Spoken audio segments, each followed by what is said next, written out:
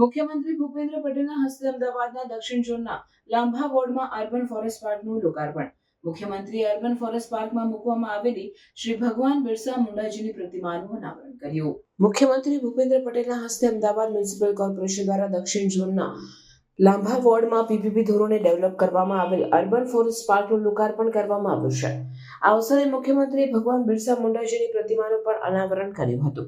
લાંભા વોર્ડમાં તૈયાર થયેલ અર્બન ફોરેસ્ટની વાત કરીએ તો 4464 ચોરસ મીટરમાં 55 લાખના ખર્ચે આ ગાર્ડન ડેવલપ કરીને તૈયાર કરવામાં આવ્યો છે.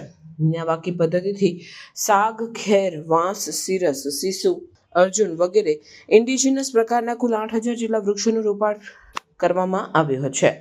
એટલું જ નહીં, 250 રનિંગ મીટર લંબાઈનું વોકવે તૈયાર કરવામાં આવશે. આ અર્બન ફોરેસ્ટ પાર્કના લોકાર્પણ પ્રસંગે અમદાવાદ શહેરના mayor Pratibhaben Jain, municipal commissioner Bancha Nidhi Pani, શહેર વિસ્તારના ધારાસભ્ય, કોર્પોરેટર, મહાનગરપાલિકાના હોદ્દેદારો ઉપસ્થિત રહ્યા હતા. અત્રે ઉલ્લેખનીય છે કે મુખ્યમંત્રી ભૂપેન્દ્ર પટેલના માર્ગદર્શનમાં અમદાવાદ મહાનગરપાલિકાએ અમદાવાદ શહેરને ભારતનું સૌથી સ્વચ્છ શહેર બનાવવાની નેમ પાર પાડી છે. ક્લીન સિટી અમદાવાદને ગ્રીન સિટી બનાવવાની નેમ પાર પાડવા મહાનગરપાલિકાએ મુખ્યમંત્રીના દિશા સૂચનમાં 40 લાખ વૃક્ષો વાવવાનું મિશન ફોર મિલિયન ટ્રીઝ 2025 ઉપાડ્યું છે.